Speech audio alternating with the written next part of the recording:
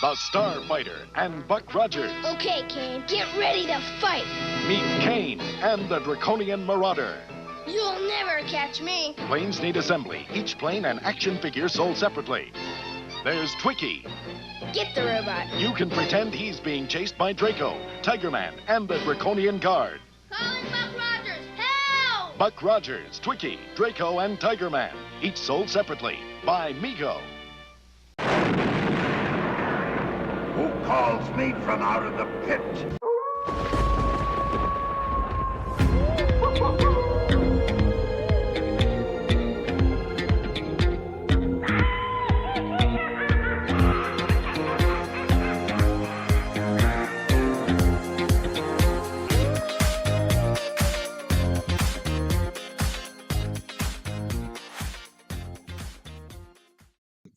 I'm Paul. I'm Mark. And this is the return of the son of the show.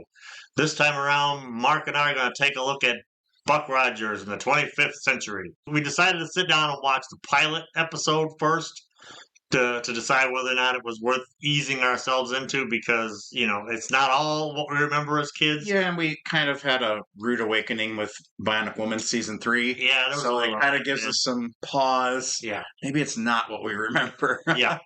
But before we do all that, why don't you do all the YouTube things down below, like, comment, subscribe, hit that bell notification, the bell icon so you don't miss a single video. Hit that all button that apparently lets YouTube know we're a thing. I did not see the pilot cut in the theater, so I never saw the theatrical version. I only saw the television produced when they turned it into the TV pilot. Right. And so for me, the eye-opening change in tone from the minute the movie starts was quite a shock to my little 8-year-old, 10-year-old memory. Buck Rogers. I didn't realize it had a James Bond opening thing with Aaron Gray laying all half naked on the words Buck Rogers. I don't remember that part at all. You might have to go back and watch that to make sure it wasn't a fever. Correct. Because that was I don't remember it all. I saw it in the theaters. It opened like on my birthday weekend. Mm-hmm. And me and a couple of my buddies went to go see it and had a ball watching it. But I don't remember. Of course, 79, I wasn't exactly hormonally charged just yet. Yeah.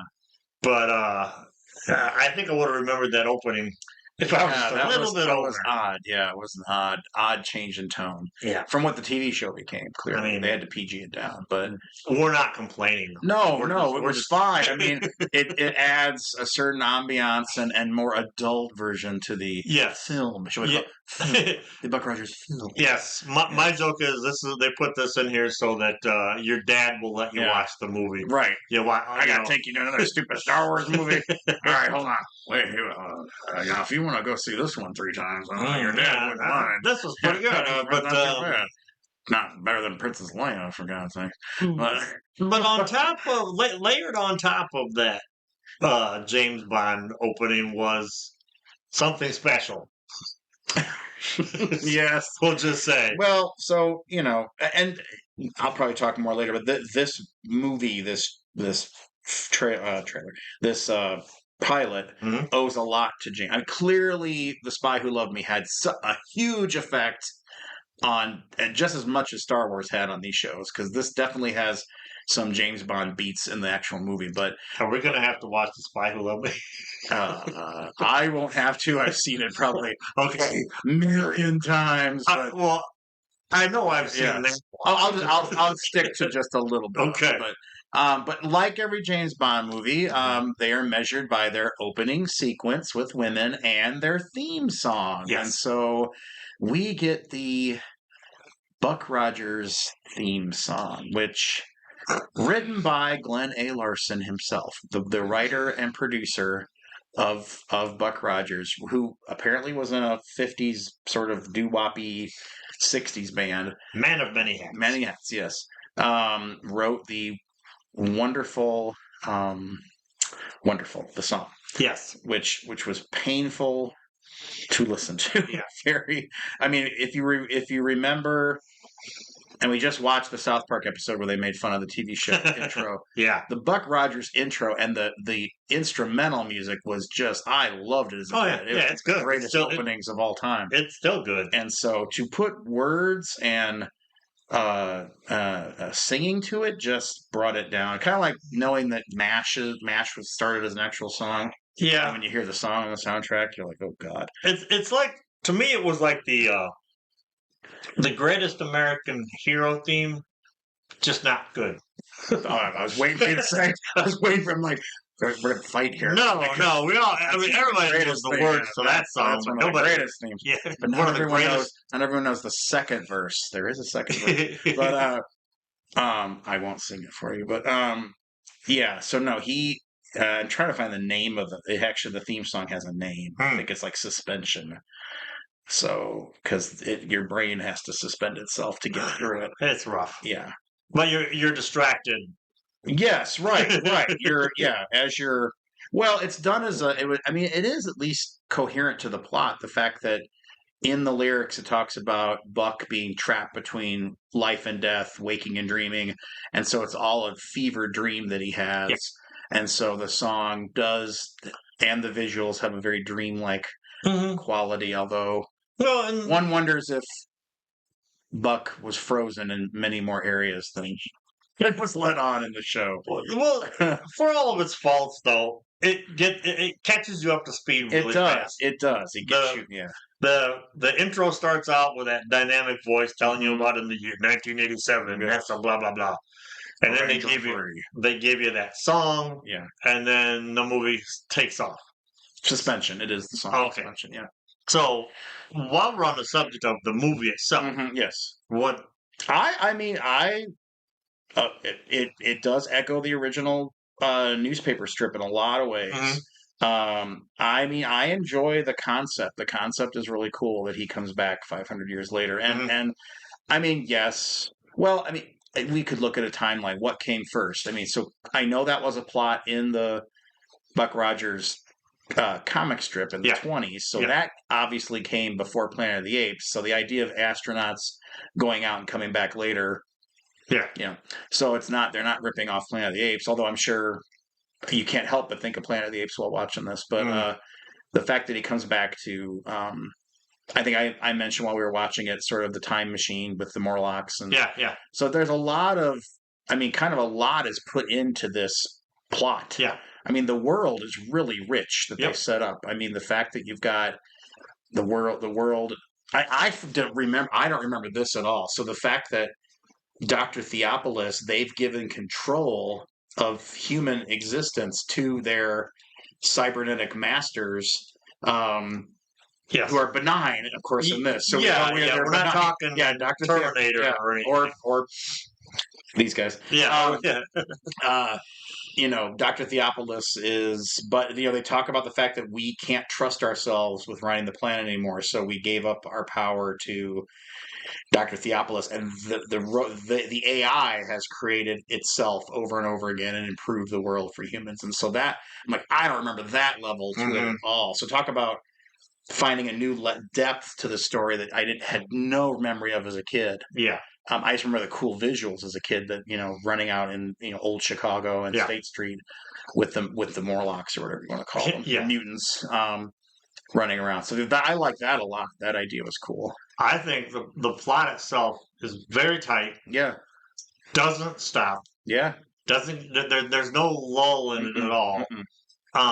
It gets you where you need to go to get to the finale. Yeah. Personally, I really enjoyed the pilot.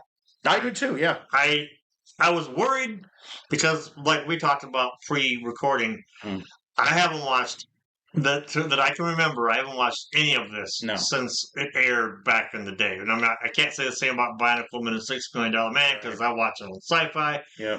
Maybe I don't even remember if Sci-Fi picked this up or not. I don't remember. The only time I've ever seen an episode, and that was one of the later season 2 episodes, was on a Sci-Fi Saturday night on MeTV. And I think I only watched it because it was the Gary Coleman one, and I was just curious. So my memories are still all season 2. Oh, okay. And so, there may have been one or two. Yeah, because I remember the one. I remember more of season 2 That's what I on yeah, MeTV correct. than season 1, Correct. and it has been forever since I've seen the pilot. Yeah. Yeah, I don't think I've seen the pilot since I was a kid. Mm-hmm. And so, yeah, I like the fact that, yeah, it's very tight. It's a very tight story. It's an alien invasion, but disguised as, so it's got a little bit of V in there for people that liked V that came later. You know, I love the idea that they're, pretending to be space pirates. I didn't even remember as a kid. As a kid, they were just the bad guys. I didn't remember that it was actually tied to a really complicated adult plot of we don't have any resources on Earth and we're at the mercy of other planets. I'm like, that's a cool idea too. There was a lot of there was a lot of adult. Well, yeah, we'll get to that. But I just think there's so much more depth to this show than I remember, and so I think that's what I liked about it. I did too. Yeah, I'm like, there's a lot to like as an adult watching this because, Buck's pretty much a badass. Yeah, yeah. He plays. He's out of his element for about 5 minutes. Yeah, yeah. And does what he has to do to get the job done. Yeah, if you like Han Solo, and he came first. So I mean, the Buck Rogers character came way before Han Solo. So I mean, Han Solo, you could say, could be cut from Buck's cloth. Did he though? I mean, a long time ago. Oh, that's true. Yeah, that's true. The other thing I remember hearing was like this movie doesn't look, the pilot does not look cheap. No. It looks, I mean, looking at it with a critical eye, I can see like where they would swap stuff out to, just rearrange the set. Yeah.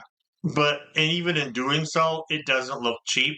Well, I mean, our kids say Star Wars in some ways looks cheap now. So I mean, they're wrong, of course, but for TV money, TV show money. Well, it was like $5 million budget. They were, it and Battlestar Galactica were two of the most expensive TV shows ever produced. And the returns on the movie in the theaters was like $20 million. Yeah, yeah. So they had a hit. Yeah, they obviously had a hit. And it shows. I mean, it was a well-made movie. Yeah, and the characters if you go back to the writing, the characters are all well-rounded. So they're not mustache twirling villains. I mean, Ardala's got. She's a horn twirling. Yeah, that's true. Well, I guess you could say the Tiger Man was a mustache twirling. I mean, her and Kane's relationship, their relationship to her father. What the whole reason why she's doing this to get away from just being one of 29 sisters. Yep. And Kane, I mean, they made very complex, full sub-characters. Yeah. I mean, you have, and then on the Earth side, Dr. Hewer, Wilma, of course, Dr. Theopolis, they all have I mean, you get their personality beats like that in the movie. And they're very rich characters. They're not, there wasn't like a stock character at all. Yeah, they could have done the thing where, like in a TV show, where they have to you have to know everything before the first commercial. Yeah, and then they could have just went and done something else, but no, they kept coming back to some of those characters and working with them in a very economical way. Yeah, and pretty much everybody has something to do, and everybody has a story arc. In this. So not just Buck has a story arc. Yeah, Wilma gets an arc. Yep. The people on Earth get an arc. The princess and Kang get a arc. Yeah. I mean, so everybody gets either not a redemption arc, but they each are different, are left different by this encounter they all have with each other. Yeah, because so that's really cool. The princess in the first half of the movie is basically just in charge and dominating, and then Daddy shows up. Yeah, and suddenly she's she tells Buck, I'm not afraid of anything. Yeah. But by the end of that movie, man, she's running away. Yeah, she's running. Yeah. and is letting Kane take the lead, which is what he's always wanted. And so and so they're not they're not just classic one note villains. They're part of an empire, they're trying to expand, but rather than they can't afford to waste the Empire's resources on the backwater Earth, so they hatch a plan to trick Earth into just letting them waltz right in. When they tell you what's going on, it's not boring, and the dialogue that the dialogue works when they're, Yeah. like Wilma was explaining to Buck about the whole trade routes and all that. It doesn't just seem like exposition. She did in 5 minutes in this movie what it took the Phantom Menace 2.5 hours. So there you go. Pretty much, because when you think about it, the Phantom Menace is a total ripoff of this plot. We have a trade federation who's trying to sneak in and take over a planet. George. I try not to think about the I Phantom can't help Menace too myself. much, I know, but I know yeah, it's no, a dark moment in my life. But I think you may be on. Like Glenn Larson should have made the prequels. Yeah, well, you know what? He should have sued Lucas and been like, sue me for Battlestar Galactica. I'm suing you for Buck Rogers ripping me off. Well, speaking of Battlestar Galactica, Yes. you want to get into the Battlestar Galactica connection? Yeah, so Glenn A. Larson, who produced this show, clearly this is cut from the same cloth he made Battlestar Galactica a year earlier, which, if we're looking at the timeline, looks like he was developing both at the same time. His original plan was to do both of them as a series of TV movies. And then Battlestar Galactica exploded out, got done first, exploded out first, and they said, no, we want a series. And so that delayed Buck Rogers. And then he got caught up turning Battlestar Galactica into a series, which eventually ruined it, I think. Because the production team was only expecting to have to do like 3 or 4 movies a year. Right. And so then they had to do a full series. But you can clearly see that he, as BSG was probably winding up or falling apart, he reused a lot of the same beats from that show. So the launching of the Draconian ships is exactly like the launching of the Vipers, and the sound effects, the explosions are right from Battlestar Galactica. At various times, the Earth ships and the Draconian ships sometimes sounded like a Cylon Raider, sometimes sounded like. I'm pretty sure I heard a little bit of $6 Million Man. Oh yeah, there were some sound effects, which Glenn A. Larson apparently, we found out, had something to do with the original movies of that, the production of that TV show. So it's all coming full circle, all together. And the Battlestar Galactica angle is part of why I think the movie, at least the pilot, doesn't look cheap. No. I mean, you have the two hangars. You have the two hangars. You have the ones for the bad guys and the ones for Earth. You know it's the same stage. Right. They just shuffle things around because they use that black background. And most of the time, like if you're watching you can see the studio lights in the one scene. And if you're watching a lot of 80s and early 90s Roger Corman sci-fi stuff, it looks so abominably bad because they just put black backgrounds and tack some color stuff on the walls. But this worked great. It didn't look, I mean, you could tell they were the same, but they weren't the same. Right. Like the 2 daughters on Roseanne. Okay, No, there was. Hold on, you mean when they change actresses? Yeah, when they change actresses. The sister that changed actresses. Yeah. They say she's the same, but she's not the same. That's correct. Anyway, digress. Yeah. So no, I mean, so it's a nice, reminder of, and I think the Earth ships were repurposed from Ralph McQuarrie drawings. I think originally of when he was trying to do a snow speeder, but when they would show them flying in and you'd get the tail end. Yes. Yeah. I'd bet anything. Yeah. That these were from that. These were like a prototype, like a drawing that ended up on the floor. Yep. And Larson went, "Wait a minute. Yeah. I'll use that. Can we use this?" Yeah. But to me, the action sequences did not. I mean, of course, we had the space battle, but they, unlike Star Wars is fighter pilots fighting with TIE fighters, but these ships were more alike. So to me, I thought the battles were, granted they recycled the same. I mean, when you get to the series, you're going to see the same space battle. Yeah, you're gonna. But I don't know. There was something I liked about it that was different. But to me, like the action sequences were definitely cut from the James Bond cloth. I mean, when Buck starts putting the bombs all over the hangar, that is straight up James Bond. Yeah.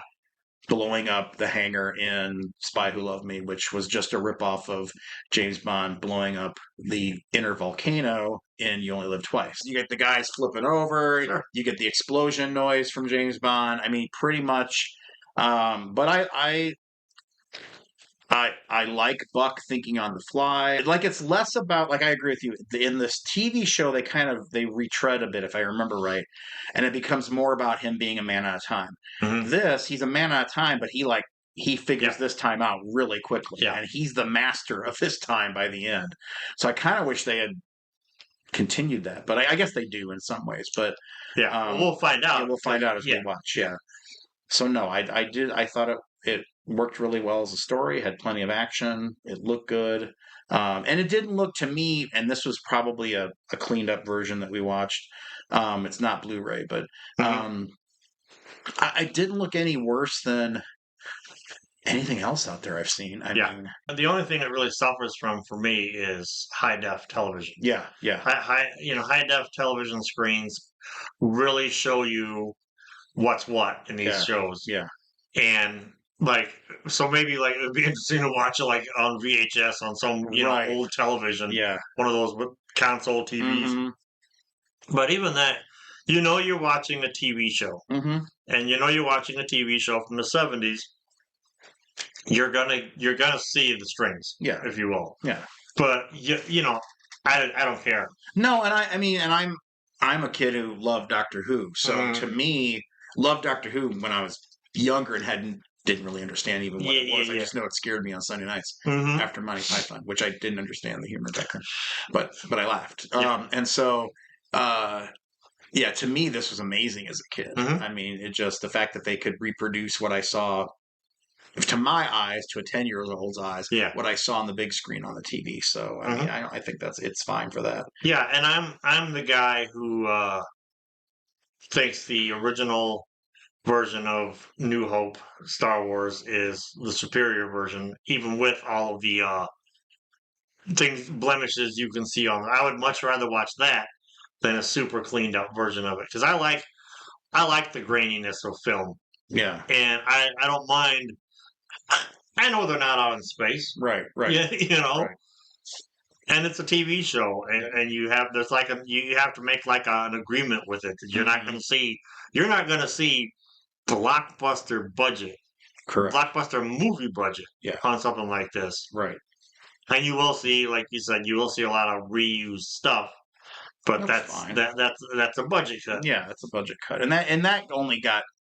And we'll see in Buck Rogers. I know it got bad in Battlestar Galactica. It was literally the same scene. Yeah. But the one where it goes, ding, ding, ding, ding, ding, the laser bolts follow the Cylon Raider and explodes in the left corner of the screen. And it's always the one. Yeah. But I don't think. Like I said, as a Doctor Who fan, it doesn't really. Even with the current run of Who, now we look back on New Who in the 2000s, its special effects look dated now. So to me, if you're measuring a show by its special effects, you're probably not watching the show for the right reasons, I would think. Right. I'm not here to watch the special effects. And so do they enhance the story and move it along? Sure.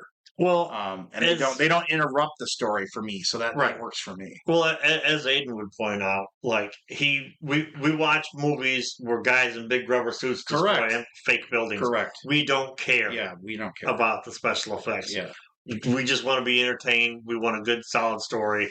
And as far as I'm concerned, the pilot. It makes sense that they made a whole series because the pilot was great. Yeah, and I can see why. We'll talk about this, I'm sure.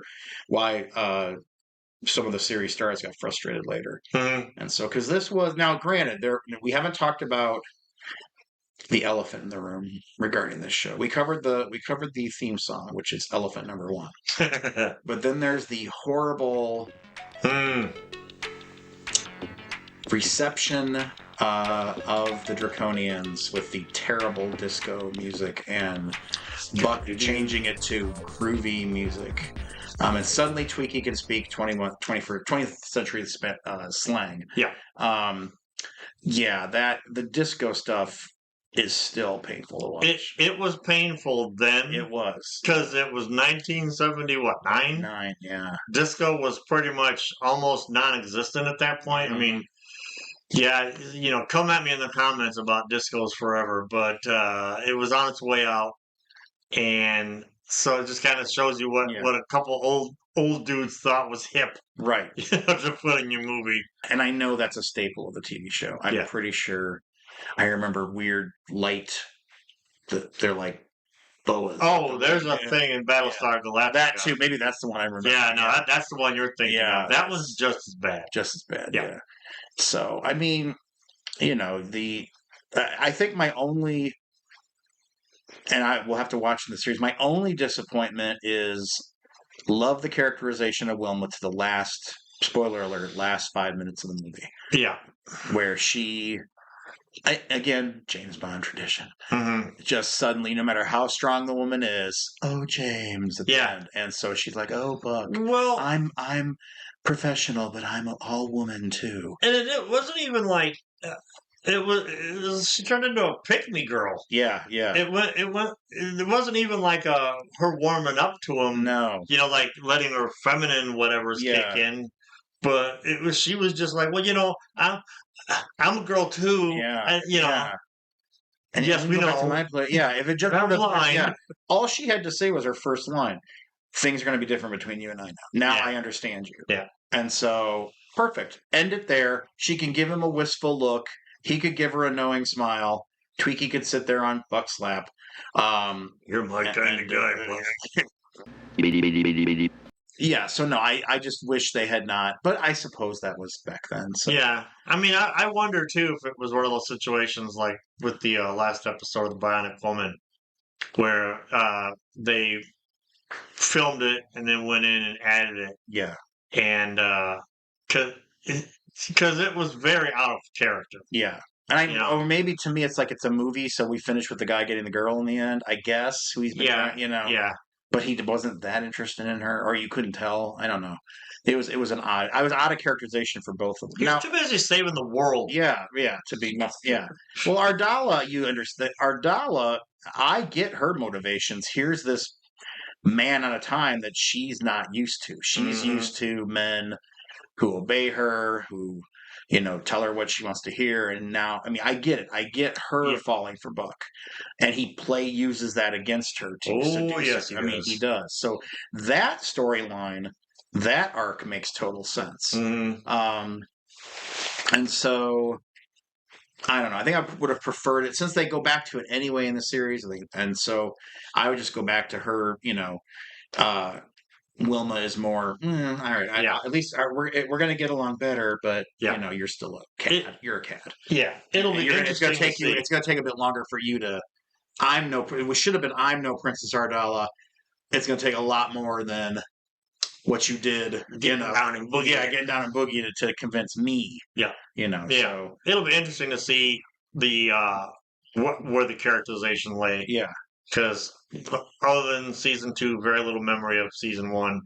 So I don't remember a lot of 1. 2 just stands out because of Hawk. So yeah, see, Hawk. 2 stands out for me. But, yeah,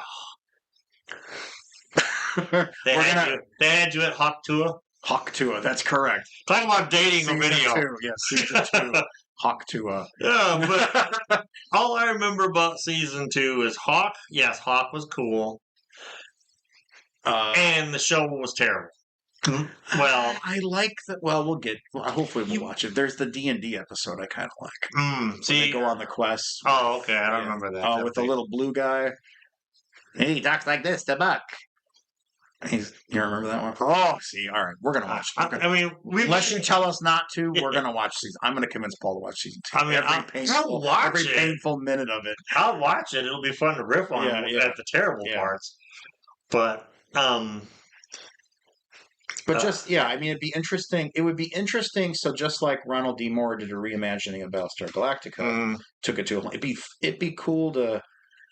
While we were doing our research on this, I saw a picture of Buck Rogers' outfit from the 40s, maybe it must have been. So Okay. wow, let's do a serious Buck Rogers with that cool ass 40s retro costume.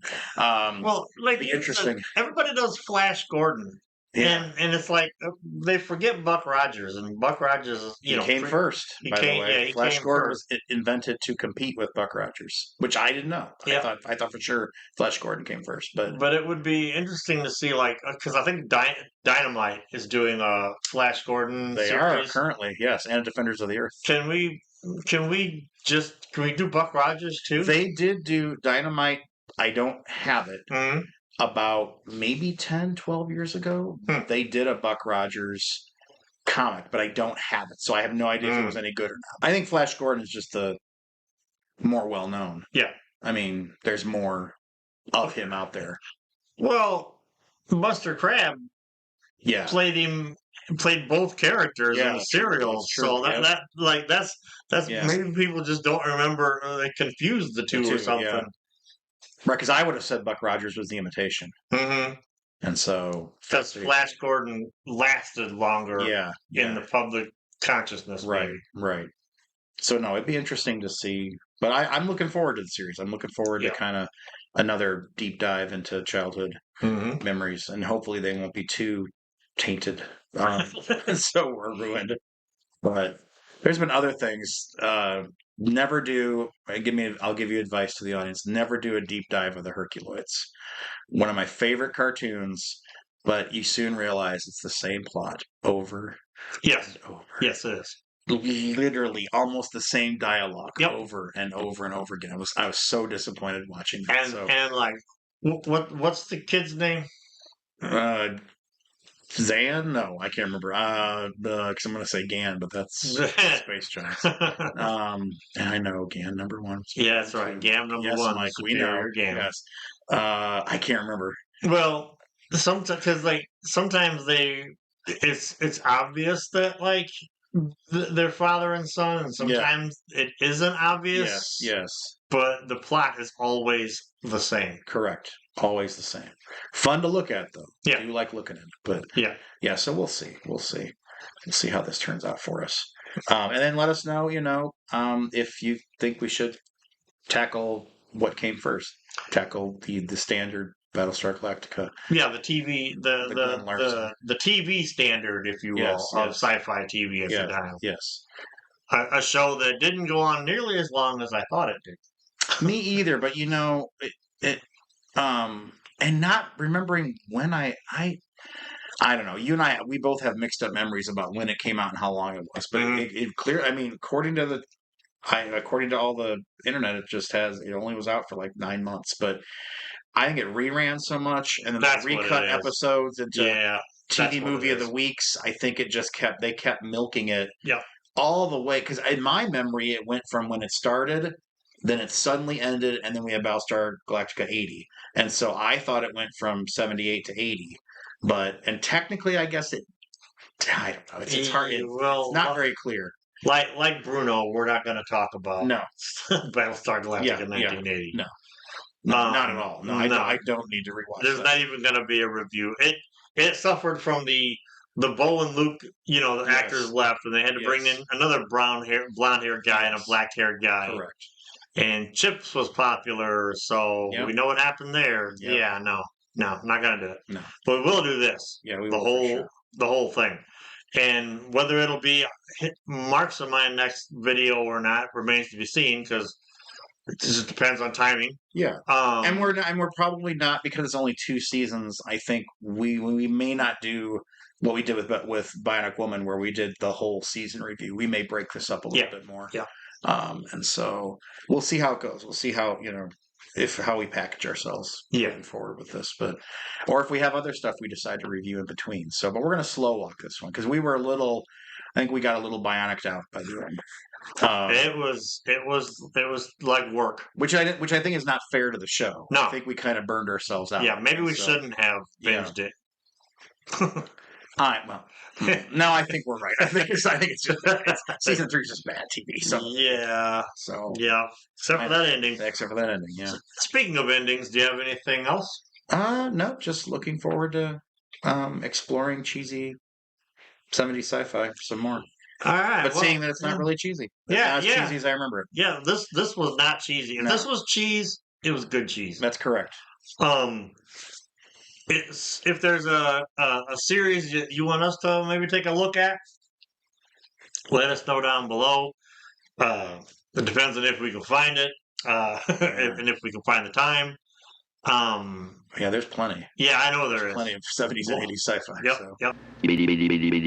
All right, so let us know what you think of Buck Rogers. Let us know what you think of us. Let us know what you think of Disco. And just like in the beginning, I'm Paul. I'm Mark. And this has been the return of the son of the show.